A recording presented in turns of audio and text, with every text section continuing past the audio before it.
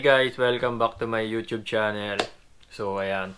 Welcome to my studio. Ayan, nagkaroon pa nga tayo ng studio. No? Ito nga pala ulit yung kwarto ko. Today is my day off, kaya ayan, makakagawa tayo ng vlog and ng mini video. So, ayun. Guys, para nga pala sa mga nagtatanong paano ako nakarating dito sa Canada. Pero syempre yan, gusto ko lang i-share sa inyo kung paano nabuo yung pangarap ko dito sa Canada. So, ayun, nag-start siya simula nung 2014, nung simula na makapunta dito yung tito ko. Kasi siya yung unang nakapunta dito sa amin sa Canada. Tapos, ayun, napag-usapan na after niya makakuha ng papel dito or ma-PR, kukunin niya rin ako dito. Tapos, ayan, nagkatotoo nga, nandito na ako.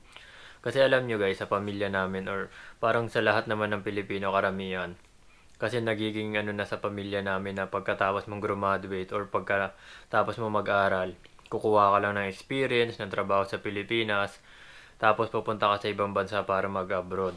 So, ayun, ganun yung nangyayari sa amin. Pero kung ako yung tatanungin sana, ayoko sanang mag-abroad.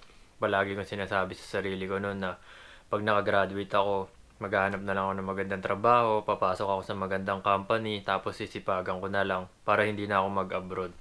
Pero in reality, nung nagtatrabaho na ako, syempre nakagraduate na ako, naghanap na ako ng trabaho para nga hindi ko na kailanganin mag-abroad.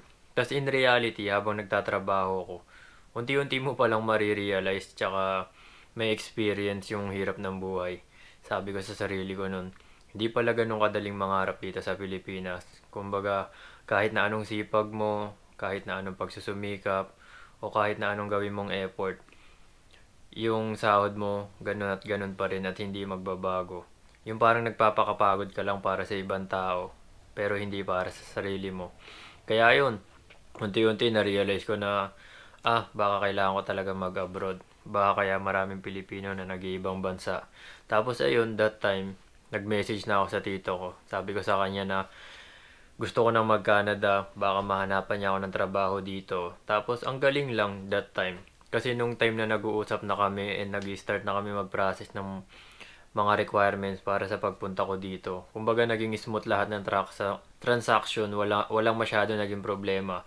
Nagsimula kami sa pag-apply ng visa ko. Tapos unexpected kasi siyempre first time traveler lang ako dito. Pero may mga previous travel na rin ako sa ibang bansa. Tapos unexpected, nabigyan ako ng multiple. So dun pa lang na ang galing, ang bilis lang ng proseso. Kumbaga hindi kami nahihirapan sa mga requirements na binigay namin sa embassy. Tapos after nun, yung flight ko papunta dito. Kasi alam nyo naman sa Pilipinas, di ba? Uso nung umalis ako, kasagsagan yun nung maraming issue sa NAIA na maraming hindi napapaalis, maraming hinaharang sa immigration. Kasi hinahanapan ng kung ano-ano tapos hindi pinapalipad or pinapatuloy sa flight. Tapos that time nung ako na yung aalis, tas nasa immigration ako, unexpected, ang galing lang kasi yung officer na natapat sa akin, wala masyadong tinanong. Tinanong niya lang ako kung anong gagawin ko sa Canada, kung may kamag-anak ako, tapos ayun, sinabi ko na magtuturis lang ako, tapos bibisitahin ko yung uncle ko dito sa Canada. Kasi 'di ba alam niyo naman mahigpit sa Pilipinas ngayon kasi iniisip nila magtatrabaho lang dito. Pero yun, yung karamihan naman ganun talaga yung ginagawa kaya naghihigpit talaga rin sila. Tapos pagdating ko dito sa Canada, nung sa Vancouver, doon kasi ako bumaba. Tapos ang tinanong lang din sa akin, ano yung purpose ko ng travel, tapos kailan yung flight ko pabalik, tapos kung anong gagawin ko dito. Ayun lang, sinabi ko lang din na tourist ako, bisitahin ko yung tito ko, tapos may return ticket naman ako, pinakita ko rin yun. Tapos ayan, tinatanong din kasi nila yung kung kailan ka babalik. Tapos ayun, nagtuloy-tuloy na yung process ko dito, pagdating ko dito. Tapos after nun, syempre naghanap ako ng job. Tapos, pero ang ano kasi nun, meron na kagad kaming isang target job. Yun nga yun dito sa Tim Hortons. Kaya ayun, nagpasa agad ako doon, nag-process agad kami ng mga papel doon. Pero basic lang naman yung mga pinasa ko doon. Naghanap lang sila ng passport, tas mga personal details ko. Yun lang yung pinasa ko noon. Tapos after 1 month and a half, lumabas na kagad yung lamia ko. Tapos dinala na kagad namin sa border para palitan siya as a work permit. Tapos ayun, ang galing lang kasi that time parang yung naging proseso ng papel ko talagang napaka-smooth, napakabilis. Kumbaga walang naging process. Sabi ko nga, siguro ito yung perfect time ni God para makarating talaga ako dito. Kasi wala masyadong naging aberya. Tapos ayun, Gaya nga ng sinabi ko, kung ako sana yung tatanungin, ayoko sana mag-abroad talaga. Palagi kong sinasabi sa sarili ko noon na pag nakagraduate ako, maghanap na lang ako ng trabaho, sisikapan ko na lang sa Pilipinas. Pero hindi pala worth it. Kasi habang nagtatrabaho ka, doon mo marirealize yung realidad na mahirap talagang mangarap sa Pilipinas. Kasi kahit anong pagsusumikap yung gawin mo, kahit na anong oras, kahit na anong pagod yung ibigay mo sa trabaho, yung sahod mo yun at yun pa rin. Kumbaga parang nagpapakapagod ka lang para sa ibang tao, para sa may-ari o para sa amo mo.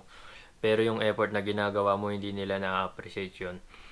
Tapos ayan, kasi isa rin ako sa lumaki rin ako ng walang magulang. Lumaki ako kasama yung lola ko lang kasi yung papa ko kailangan mag-abroad para masuportahan yung pag-aaral ko. Tapos hiwalay sila ng mama ko, meron naman akong stepmother. Tapos yung lola ko naman, yun lang yung kasama ko sa bahay. Tsaka yung tita ko, sila yung kasama ko simula pagkabata. Tapos, minsan ko na rin na-share yung buhay kong ganito sa Itbulaga. Kung gusto nyong panoorin, ilalagay ko yung link dyan sa baba. Pwede nyong panoorin yan. Tapos, ayan, yun lang yung mga naging reason kaya napunta ako dito sa Canada. Yung mga realization ko sa Pilipinas. Thank God lang din kasi mayroon akong opportunity and mayroon akong kamag-anak dito. At hindi ako nahirapan na maghanap ng trabaho at ng matutuluyan dito. Kaya ayan, ngayon, nandito ako. Tapos, nangangarap ulit na baka sakali dito ko matupad yung mga pinapangarap ko na hindi ko kayang abutin sa Pilipinas. So ayun guys, maraming salamat. Thank you for watching. Today is my day off nga pala. Baka magluluto lang naman ako dito, maglalaba, maglo-laundry. Kasi alam nyo naman ang buhay OFW.